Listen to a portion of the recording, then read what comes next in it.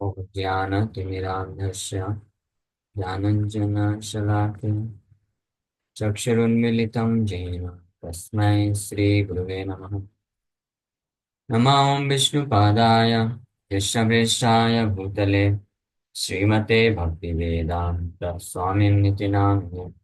नमस्ते सारस्वती देवे गौरवाणी प्रचारिणे निर्विशेष शून्यवादी पाश्चात्य देश तारिणे। नित्यानंद नमस्तुभ्यं प्रेमानंद प्रदायिने कलो कल्मषनाशाय जानवापते नमः। नमो महावदन्याय कृष्ण प्रेम प्रदायते कृष्णाय कृष्ण चैतन्य नामने गौरतुसे नमः। जय श्री कृष्ण चैतन्य प्रभु नित्यानंद श्री अद्वैत गदाधर श्रीवासादि गौर भक्त वृंदा। हरे कृष्णा कृष्णा कृष्णा हरे हरे हरे राम राम राम हरे हरे। हरे कृष्णा। सो आप सभी भक्तों का हार्दिक स्वागत है आज के श्रीमद् भगवद गीता की चर्चा में। तो हम लोग चर्चा कर रहे हैं श्रीमद् भगवद गीता चैप्टर 6, इसका श्लोक संख्या 34, 34 नंबर ध्यान योग है ये इस अध्याय का नाम। और 34 नंबर श्लोक बहुत इंपॉर्टेंट है। तो भगवान कृष्ण इस अध्याय में वर्णन किया अर्जुन को कि मन को पूरी तरह से कंट्रोल करके योग मार्ग में लगाओ और मन के द्वारा अपना उद्धार करना चाहिए। मन के द्वारा इस अपने आप को न अवसादे यानी पतन नहीं कराना चाहिए। और कैसे मन को योग मार्ग में लगाना है इसका पूरा वर्णन किए। और इस प्रकार से मन को पूर्ण रूप से नियंत्रित करते हुए योगी बन करके मुझ परमात्मा में ध्यान करो। और फाइनली जब परफेक्शन स्थिति परम सिद्धि की अवस्था में योग सिद्धि जब मिल जाती है तो मन बोलते हैं कि एकत्वम, मेरी इच्छाओं के साथ एक होकर के यानी मेरे इच्छानुरूप भक्ति भजते एकत्वम, मेरा भजन करता है वो ऐसा परम सिद्धि योगी। और हर प्रकार के जो द्वंद्व है उससे मुक्त हो जाता है। तो अर्जुन ये सब सुनने के बाद बोले भगवान ये तो सही बात है, योग मार्ग आपने बहुत अच्छा बताया, लेकिन मेरे लिए इम्प्रैक्टिकल है ये। अपने लिए अर्जुन बोल रहा है कि हाँ, यानी अर्जुन भगवान के द्वारा बताए गए अष्टांग योग इसमें कोई फॉल्ट नहीं देख रहा। बोल रहा है ये अच्छा है आपने भी बताया, लेकिन मुझे ऐसा लगता है कि मेरे लिए इम्प्रैक्टिकल है। उसका कारण है कि मेरा मन जो है बहुत चंचल है। चंचलम ही मनः कृष्ण प्रमाथि बलवदृढ़ तस्याहम निग्रहम मन्ये वायुरिव सुदुष्करम। नॉट ओनली दुष्करम, अर्जुन बोल रहा है सुदुष्करम। निग्रहम मन्ये सुदुष्करम, इसको निग्रह कर पाना मैं बहुत ही वेरी डिफिकल्ट, बहुत ज्यादा मुश्किल समझता हूँ। वायु तस्याहम निग्रहम मन्ये वायुरिव सुदुष्करम, I think is more difficult than controlling the wind. वायु से भी ज्यादा डिफिकल्ट है कंट्रोल कर पाना इस चंचल मन को। चार इसमें मन की विशेषताएं अर्जुन बता रहे हैं कि मन चंचल है। चंचल है मतलब एक जगह पे टिकता नहीं है। ठीक है भगवान आपने बता दिया कि हमारे जीवन का अंतिम लक्ष्य हमें शरीर नहीं आत्मा है। और अंतिम लक्ष्य है केवल जो है आध्यात्मिक उन्नति को प्राप्त करना। आध्यात्मिक लक्ष्य ही अंतिम एकमात्र लक्ष्य है। इस भौतिक संसार के जो कुछ दो तुच्छ इनसिग्निफिकेंट मटेरियल गोल्स जिसको बोलते हैं चीप या इनसिग्निफिकेंट महत्वहीन तुच्छ भौतिक जो कामनाएं हैं वो वास्तविक लक्ष्य नहीं है, उस पर फोकस नहीं करना चाहिए। लेकिन मैं क्या करूं, मेरा मन चंचल। तो चंचल मन का अर्थ होता है कि वो वास्तविक जो जीवन का लक्ष्य है उस पे फोकस ना करके अन्य कई जगह पे फोकस करता है, केंद्र बनाता है। और इतना ही नहीं, प्रमाथी बार बार इंद्र तृप्ति की भावना से ये विचलित होता रहता है। इसलिए इसको और बलवत है, बहुत स्ट्रांग है, मैं चाह करके भी इसको खींच नहीं पाता हूँ। दृढ़म है, जिद्दी है। इसलिए मन को कई बार एक छोटा बच्चा होता है ना उससे कंपेयर किया गया। छोटा बच्चा होता है जैसे उसका मन बहुत चंचल होता है, इधर उधर एक सीधे रास्ते में वो चल ही नहीं सकता है। कभी बाएं जाएगा कभी दाएं जाएगा, उसको बहुत मुश्किल होता है सीधे सीधे लेके जाना। और प्रमाथी मतलब एजिटेट हो जाता है। कोई भी उसका जो फेवरेट चीज होगा उसको अन्य किसी को देखते हुए देखेगा, या कोई वस्तु देखेगी सेंस ग्रेटिफिकेशन का देखेगा, तो तुरंत उस तरफ प्रवृत्ति करने लग जाएगा, उस तरफ जाने लग जाएगा। और बलवत बहुत स्ट्रांग होता है, पूरा शक्ति लगा देता है, खींच खींच लेता है अपने आप में। और दृढ़ जिद्दी होता है, जितना भी उसको प्रयास किया जाए। ये बच्चे के जैसा है, इसका मन का स्वभाव है। ऐसे चंचलम ही मनः कृष्ण प्रमाथि बलवत दृढ़ तस्य अहम निग्रहम, मेरे द्वारा उसको निग्रह कर पाना ये वायु से भी ज्यादा कठिन है। हम लोग इसके ऊपर अनुवाद पे चर्चा किए थे, इसका तात्पर्य और थोड़ा चर्चा करेंगे। The mind is so strong and obstinate that it sometimes overcomes the intelligence, although the mind is supposed to be subservient to the intelligence. मन इतना स्ट्रांग है, इतना बलवान है और इतना जिद्दी है कि ये कभी कभी बुद्धि को भी ओवर पावर कर जाता है। हालांकि मन जो है बुद्धि का सब सर्वेंट, यानी उसके आदेश पे काम करने वाला माना जाता है, होना चाहिए ऐसा, लेकिन फिर भी बुद्धि को भी कर जाता है। बुद्धि का अर्थ होता है किसके पास बुद्धि है, जिसके पास ज्ञान है। जिनके पास ज्ञान नहीं है तो उनके पास तो बुद्धि नहीं बोल सकते, तो उनका मन तो हमेशा विचलित ही रहता है। लेकिन जो शास्त्र का ज्ञान रखते हैं, यानी जो ब्राह्मण होते हैं, जो ब्राह्मण है यानी मन इतना बलशाली है और इतना जिद्दी है कि कभी कभी ब्राह्मण लोगों को भी वो डिस्टर्ब कर देता है। जैसे अजामिल, अजामिल एक बहुत ही शुद्ध ब्राह्मण था, उसके पास आध्यात्मिक ज्ञान था और भगवान नारायण का पूजा करता था। उसके पिताजी के मार्गदर्शन में पिताजी नारायण का पूजा करते थे और वो उनको असिस्ट करता था। तो ऐसे ही जंगल में गया था पुष्प लेने के लिए, फल पुष्प लेने के लिए, भगवान की पूजा के लिए। लेकिन उसका मन किस प्रकार से, उसको ज्ञान था पूरा, ये गलत है, कुछ गलत दृश्य देख लिया, एक शूद्र शूद्राणी को आलिंगन करते हुए देख लिया, लेकिन उसको मालूम था ये गलत है। तो वहां पे ऐसा नहीं कि वो बस दूर बैठ कर देख रहा है, वो जैसे ही एक जा रहा था रास्ते से उसको दिख गया। हाँ, जानबूझ के प्लान करके नहीं गया था देखने के लिए, लेकिन दिख गया उसको, फिर अच्छा उसको समझ में आ गया कि ये गलत है। मन थोड़ा विचलित हो गया, लेकिन इमीडिएटली वो रास्ता छोड़ के वो निकल गया, आगे वापस आ गया। जब वापस आया तो हालांकि बार बार मन उधर ही जा रहा था, इसको बोलते हैं प्रमाथी। प्रमाथी मतलब एजिटेट हो जाना। मन एजिटेट हो गया, विचलित होने के कारण बार बार उधर जा रहा था, लेकिन अपनी बुद्धि का पूरा इस्तेमाल कर रहा था जामिल। बुद्धि का इस्तेमाल करके उसको काट रहा था कि नहीं नहीं नहीं नहीं, ये सही नहीं है, इससे मेरा मन चेतना दूषित हो जाएगा और फिर मैं कुछ ऐसा कर बैठूंगा तो जिसके कारण मैं अपने ब्राह्मणत्व को नष्ट हो जाएगा, शूद्र के जैसा हो जाऊंगा, फिर नरक जाना पड़ेगा। ये सारा जो है शास्त्र के ज्ञान को लगाया था, इस्तेमाल किया था। ये जीवन इतना क्षणिक है, कुछ समय का जीवन है, अपने मन और इंद्रियों को संयमित करके भगवान का पूजा करना चाहिए, इससे वास्तविक गति प्राप्त होगी। ये सब ज्ञान था उसको शास्त्रों का, तो इस सब का इस्तेमाल कर रहा था। लेकिन फिर भी जैसे यहाँ पे लिखा है समटाइम्स ओवरकम्स द इंटेलिजेंस, जो मन है वो उसके अजामिल के बुद्धि को ओवरकम कर गया और फाइनली वो अपने आप को रोक नहीं पाया, चला गया और वो वैश्या को लेके आ जाता है। इसलिए मन इतना पावरफुल है, इसे बोला जाता है मन को थोड़ा भी चांस नहीं देना चाहिए। भागवत में अन्यत्र एक जगह लिखा है, आई थिंक फिफ्थ कैंटो में, जब ऋषभ देव महाराज आध्यात्मिक मार्ग की शिक्षा दे रहे थे, उसमें बताते हैं कि जो एडवांस ट्रांसेंडेंटलिस्ट होते हैं, जो बहुत ही उन्नत वैष्णव होते हैं, आध्यात्मवादी होते हैं, तो वो कभी भी अपने मन के ऊपर ट्रस्ट नहीं करते हैं, मन पे विश्वास नहीं करते। कहने का मतलब ये, यानी इससे स्पष्ट पता चलता है कि वो अपने आप को मन नहीं मानते हैं, मन के आइडेंटिफिकेशन से मुक्त होते हैं। वो स्पष्ट जानते हैं कि मैं ये शरीर नहीं हूँ और ना ही मैं ये मेरा मन हूँ। हाँ, मैं जीवेर स्वरूप में कृष्ण रे नित्य दास, मैं कृष्ण का नित्य दास हूँ। इसलिए मन के जो प्रपोजल्स आते रहते हैं, तो जो एडवांस ट्रांसेंडेंटलिस्ट होते हैं, यानी आध्यात्मिक मार्ग में भक्ति में उन्नत जो भक्त होते हैं, अध्यात्मवादी होते हैं, तो मन के हर एक प्रपोजल्स को वो एनालाइज करते हैं कि मन अभी ये बोल रहा है करने के लिए, तो इसको करने से मैं आध्यात्मिक उन्नति करूंगा या आध्यात्मिक मार्ग में मेरा पतन हो जाएगा। तो उसके उत्तर के बेसिस पे वो कार्य करते हैं और इस प्रकार से मन को पूरी तरह से कंट्रोल करके रखते हैं और ऑब्जर्व करते रहते हैं, दूर अपने आप को दूर रख करके। दूर रख करके मतलब ये नहीं है कि फिजिकली दूर, फिजिकली तो मन से दूर हो ही नहीं सकते, क्योंकि मन तो इसी इसी शरीर के सिस्टम में है। तो अपने आप को दूर रख के मतलब चेतना को पूरी तरह से विकसित कर लेते हैं कि मैं ये मन हूं नहीं। इसलिए मन के जो फीलिंग्स होती रहती है, फीलिंग्स आती है, मन थिंकिंग फीलिंग फीलिंग करता है ना।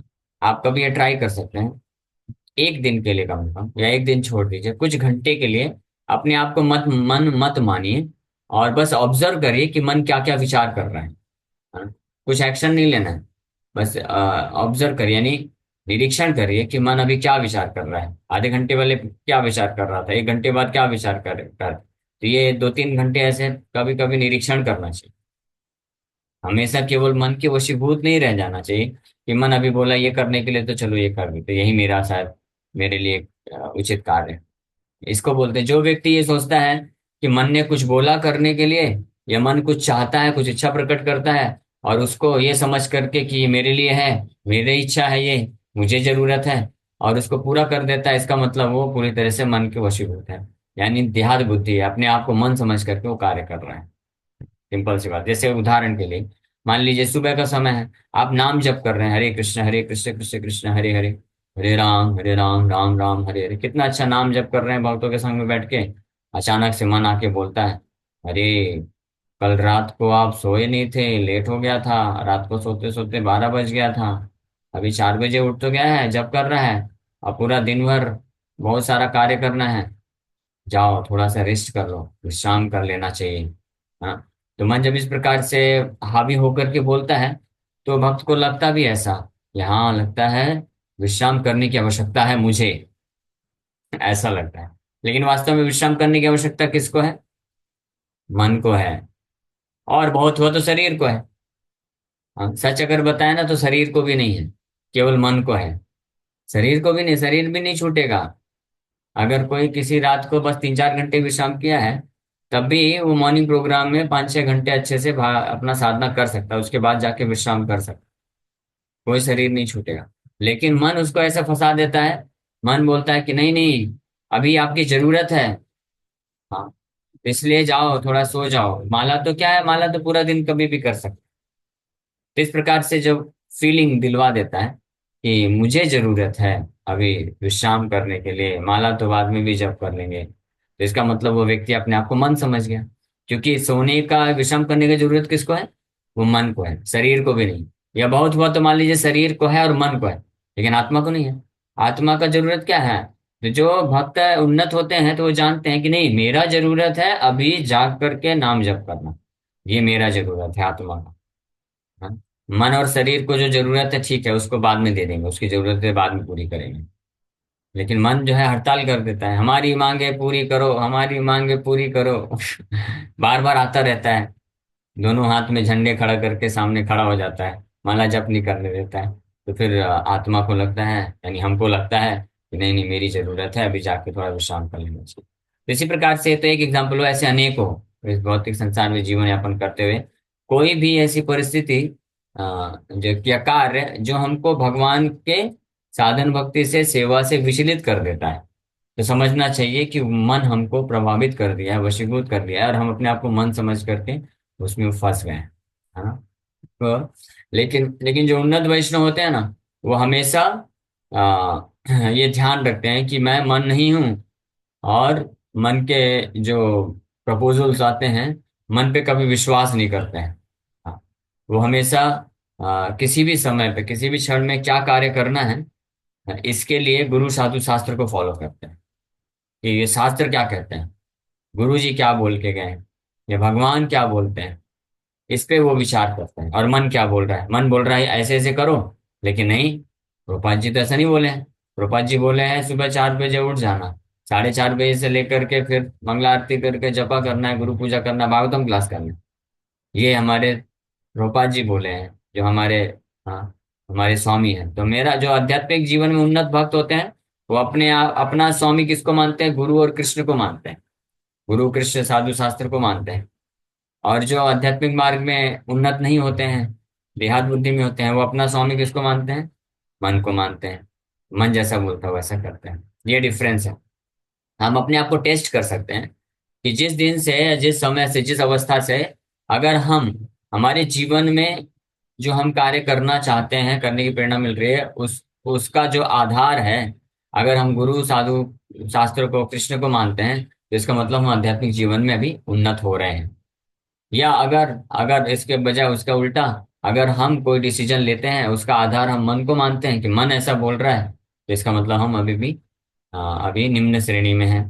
तो और प्रयास करने की इसका मतलब आवश्यकता हो है, यानी और एफर्ट लगाने की आवश्यकता है। एडवांस ट्रांसेंडेंटलिस्ट जो होते हैं, भक्ति में जो उन्नत वैष्णव होते हैं, कभी मन को सुनते नहीं। हमारे गुरु महाराज जी से एक बार किसी शिष्य ने प्रश्न पूछा, महाराज कई बार देखते हैं आप इतने व्यस्त रहते हैं, इतना मीटिंग रहता है, और उसके बाद भी आप सुबह मंगला आरती में आते हैं, भगवान का पूजा करते हैं, और फिर भी और हमेशा आप जो है प्रभुपाद जी की सेवा के लिए तत्पर रहते हैं। कितना भी शारीरिक अवस्था कैसी भी हो जाए, कितना भी अनेकों प्रकार के जो कठिनाइयां आती, विघ्न आती हैं, कई बार कई लोग बहुत सारे प्रकार से ऑब्स्टेकल क्रिएट करते हैं, हाँ, in the society of devotee also, भक्तों के समाज में भी। बाहर तो करते ही हैं, बाहर एक्चुअली में बाहर के लोगों के द्वारा जो बाधाएं उत्पन्न की जाती है वो इतनी बड़ी समस्या नहीं है, भक्त तो उससे ज्यादा विचलित नहीं होते। लेकिन भक्तों के समाज में भक्तों के साथ रह के जब सेवा करते हैं ना, तो भक्त लोग, क्योंकि सभी शुद्ध भक्त नहीं है अभी, जो शुद्ध भक्त ना होने के कारण सब लोग प्रयास कर रहे हैं, तो अनर्थ होता ही है। तो एक अनर्थ बहुत प्रोमिनेंट होता है, ईर्ष्या का भाव। तो ईर्ष्या के कारण कई भक्त लोग, कई कुछ लोग ऐसे होते हैं जो रोकने का प्रयास करते हैं। तो उस स्थिति में भी कौन जो है अपने गुरु महाराज का, गुरु का और कृष्ण का सेवा में लगा रह सकता है, जो बहुत जो मन के आइडेंटिफिकेशन से मुक्त है। महाराज को इस प्रकार से प्रश्न पूछा गया कि आप कैसे निरंतर कृष्ण प्रभुपाद जी की सेवा में लगे रहते हैं। महाराज एक ही चीज बोले, I never listen to my mind. मैं अपने मन का कभी नहीं सुनता। I only act what Prabhupada said. मैं वही कार्य करता हूँ जो प्रभुपाद जी बोले। प्रभुपाद जी बोले मैंने जिसकॉन, हाँ, ये सेवा दे के गए थे 1975 में। प्रभुपाद जी जीबीसी बनाए गुरु महाराज को, all over India, rather all over Asia, पूरे एशिया का जीबीसी बना। उसके 1974 में, सॉरी, 50 साल पूरे करके महाराज गए। तो 50 ईयर्स तक ये नेवर लेफ्ट दिस सर्विस। ये जो सेवा है ना, बहुत बहुत ही हेक्टिक भी है, और साथ ही साथ में इतना आसान नहीं है। प्रभुपाद जी के रहते रहते प्रभुपाद जी के कुछ बहुत महान शिष्य लोग भी छोड़ दिए थे जीबीसी का पद। बार बार show, specially India GBC, India में डील करना बहुत मुश्किल था। हाँ, क्योंकि इंडियन लोग जो है स्ट्रेट फॉरवर्ड नहीं होते हैं, बड़े ही फंसाने वाले होते हैं। तो पहले प्रभुपाद जी हिज होलीनेस तमाल कृष्ण गोस्वामी महाराज को इंडिया का जीबीसी बनाए थे। महाराज बहुत पावरफुल थे, महाराज बहुत powerful, very powerful preacher, very nice manager. Prabhupada ji के दाएं हाथ थे, practically right hand of Srila Prabhupada. आप पढ़ सकते हैं उनके बारे में, तो प्रभुपाद लीलामृत में दिया है। ही वॉज सो परफेक्ट, बहुत परफेक्ट मैनेजर थे, परफेक्ट प्रीचर थे, काफी बोल्ड प्रीचर थे। और बहुत कम उम्र में ही प्रभुपाद जी उनको संन्यास दे दिए, और फिर जो इंडिया का जीबीसी बना दिए। इतना पावरफुल, इतना बोल्ड, और इतने एक्सपर्ट मैनेजर होने के बाद भी, क्योंकि अमेरिकन थे, तो उनको जो है भारतीय लोगों के साथ डील करना बहुत कठिन हो रहा। तो वो प्रभुपाद जी बोले मैं जीबीसी नहीं रह सकता यहाँ पर, मुझे प्रीचिंग करने के लिए बोल दीजिए, मैं पूरे ऑल ओवर वर्ल्ड में ट्रैवल करके प्रीचिंग करूंगा बस। प्रभुपाद जी रिक्वेस्ट के, नहीं नहीं, अभी आप और मैं किसको बुलाऊं, you are the only one right now with for me, आप ही एकमात्र हो अभी मेरे, आप एक्सपर्ट मैनेजर हो, मैं किसको बुलाऊं। लेकिन फिर भी वो फिर प्रभुपाद जी रिक्वेस्ट प्रयास किया, लेकिन फिर से छोड़ दी, नहीं हुए। तो प्रभुपाद जी फोर्स नहीं किए, बोले ठीक है, you go and travel and preach. फिर गुरु महाराज को बुलाते हैं वो, उस वक्त गृहस्थ थे, वर्क जॉब करते थे अमेरिका में। महाराज बुलाए, नाउ यू कम, क्योंकि महाराज पहले ही जॉब छोड़ना चाहते थे। फिर प्रभुपाद जी बोल दिए कि आ जाओ इंडिया, आ जाओ, इंडिया का जीबीसी बन के संभालो। तो उस दिन से लेकर के टिल लास्ट ब्रेथ, आखिरी सांस तक, हाँ, परम पूज्य श्री गोपाल कृष्ण स्वामी महाराज कभी भी जीबीसी पद को त्यागे नहीं, जबकि इतनी सारी कठिनाइयां आई जीवन में, बहुत कुछ है। तो इसलिए, हाँ, महाराज जो स्पष्ट बोले कि because I never listen to mind, मैं अपने मन का कभी नहीं सुनता हूँ, मन कुछ भी बोलता रहे। प्रभुपाद जी ने जो बोला है, मुझे जो सेवा दिया, मैं उसको करता हूँ। उसी प्रकार से हमको ये प्रेरणा लेना चाहिए कि हमको मन का नहीं सुनना चाहिए। हमने अगर आध्यात्मिक जीवन को स्वीकार किया है, तो हमको सीरियस हो जाना चाहिए, गंभीर हो जाना चाहिए। हाँ, और स्पेशली जो दीक्षित भक्त हैं, और दीक्षित नहीं भी है तो दीक्षा लेने की इच्छा है तो they are also consider as good as दीक्षित भक्त। जो आध्यात्मिक मार्ग में आगे बढ़ना चाहते हैं, दीक्षा लेने का इच्छा है, तो उनको भी दीक्षित भक्त जैसे ही जो प्रिंसिपल हैं उनको उनको स्वीकार करना चाहिए। तो जो गुरु ने आदेश दिया है कि कम से कम 16 माला का जप करना, सुबह जल्दी उठ करके 16 माला का जप करना, 4 नियम को स्ट्रिक्टली पालन करना, तो कितना भी समस्या आ जाए, कितना भी मन हमको इसमें फंसाने की कोशिश करे, हमको हमेशा ध्यान रखना चाहिए कि we should never listen to mind. मन को नहीं सुनना चाहिए। गुरु जी ने जो बोला है वो सुनेंगे कि ये रास्कल माइंड का सुनेंगे? ये पागल मन, मन ये मोरा पागल। एक वैष्णवाचार्य एक एक गीत गाते हैं, उसमें बताते हैं मेरा मन पागल है। हालांकि वो तो भक्तिनाथ ठाकुर है, शायद भजन गाते हैं। कृष्ण जो भक्ति की, शुद्ध भक्ति का जब रस आस्वादन कर रहे हैं तो बोल रहे हैं मेरा मन पागल हो रहा है कृष्ण आपके नाम जप करके, जैसे वो अलग स्टेज। लेकिन मन जो है उसको पागल नहीं बनने देना चाहिए। पागल हो भी जाए तो मन को सुनना नहीं चाहिए। हमको किसका सुनना चाहिए? हमारे स्वामी, हमारे गुरु जी हैं, प्रभुपाद जी हैं और भगवान कृष्ण हैं। उनको स्वामी स्वीकार करके उनके आदेशों का पालन करना चाहिए। मन को कब तक हम अपना स्वामी बना के रखेंगे? ये मन को ही स्वामी बनाने के कारण हम जन्म जन्मांतर से ही फंसे हुए हैं। हाँ, करोड़ों करोड़ों जन्म निकल गए हमारे, केवल एक ही कारण से, क्योंकि हमने मन को स्वामी बना के रखा। लेकिन अब हमारी बारी है कि मन के पास से रेजिग्नेशन देना, जॉब को चेंज कर देना चाहिए, छोड़ दीजिए। मन रूपी मैनेजर को त्याग दीजिए, मास्टर को त्याग दीजिए, इस्तीफा दे दीजिए और नए जगह एप्लीकेशन डाल दीजिए। एप्लीकेशन इमीडिएटली बिना इंटरव्यू के भगवान स्वीकार कर लेंगे आपको। नया जॉब स्विच कर दीजिए। हम सब लोग स्विच करते हैं ना इस संसार में, 2 साल भी नहीं टिकते। कोई जॉब करता है स्पेशली कॉर्पोरेट में, 2 3 साल 4 साल 5 साल टिक गया तो बहुत बड़ी बात हो गई। इमीडिएटली स्विच करते हैं। नहीं नहीं, हमको अच्छा स्वामी चाहिए, अच्छा मालिक चाहिए, अच्छा कंपनी चाहिए। अच्छा कंपनी अगर मिल गया, ब्रांडेड कंपनी, और अच्छा प्रोफाइल मिलता है तो फिर लोग इमीडिएटली स्विच कर देते हैं। तो उसी प्रकार से अगर अब अभी आपको अच्छा स्वामी मिल गया है, भगवान कृष्ण परफेक्ट मास्टर है। अच्छे स्वामी बस नहीं, he is the most perfect master. तो ये जो सबसे थर्ड क्लास मास्टर है मन को, तो इसको इमीडिएटली छोड़ने में क्यों ऐतराज करना चाहिए? इमीडिएटली छोड़ देना चाहिए। जैसे कोई व्यक्ति जॉब करता है किसी बहुत ही छोटी कंपनी में, ऐसे ही जॉब कर रहा है, 15-20 हजार महीने का पाता है। अब उसको ऑफर आ गया किसी बहुत बड़ी कंपनी से, बहुत बड़ी कंपनी से, और 1 लाख रुपए का महीने का सैलरी का ऑफर आ गया। तो क्या करेगा? बोलेगा नहीं नहीं नहीं नहीं, मैं इतने इतने साल ये कंपनी के मालिक के साथ काम किया हूँ, मैं कैसे छोड़? नहीं, इमीडिएटली छोड़ देगा ना। अच्छा ऑफर मिल रहा है तो, अच्छा ऑफर मिलता है तो छोड़ देना चाहिए। इसी प्रकार से परफेक्ट मास्टर कृष्ण है, उनको प्राप्त करने के बाद ये जो थर्ड क्लास मास्टर मन को छोड़ देना चाहिए। That is the symptom of a person. ऐसे व्यक्ति के लक्षण हैं जो आध्यात्मिक मार्ग में या तो उन्नत हैं या उन्नति कर रहे हैं, दोनों के लिए एप्लीकेबल होता है। कि वो लोग मन के जो विचारधाराएं होते हैं वो उस पे फोकस नहीं करते हैं, मन को तो नेग्लेक्ट करते हैं। ठीक है, समय हो गया तो विराम करेंगे। तो प्रभुपाद जी इसलिए बोले कि मन के ऊपर विजय प्राप्त करने का सबसे अच्छा तरीका है इग्नोर द माइंड। हमारे लिए ये तरीका है कि मन को इग्नोर करना चाहिए। हमको ये एक्सपेक्ट नहीं करना चाहिए कि मन हमको विचलित नहीं करेगा या मन हमको लेजी नहीं बनाएगा। वो होगा, कलयुग की दुर्दशा ऐसी है। लेकिन हमको मन के द्वारा जो अलग अलग ऐसे एंटी डिवोशनल प्रपोजल्स आते हैं, भक्ति विरुद्ध जो प्रपोजल देता है मन को, उसको हमको नेग्लेक्ट कर देना चाहिए। Then we can advance very nicely in Krishna confidence. तब अच्छे तरीके से कोई भक्ति में उन्नति कर सकता है। Okay, thank you very much. Hare Krishna. किसी भक्त का कोई प्रश्न है हो सकता है? हरे कृष्ण।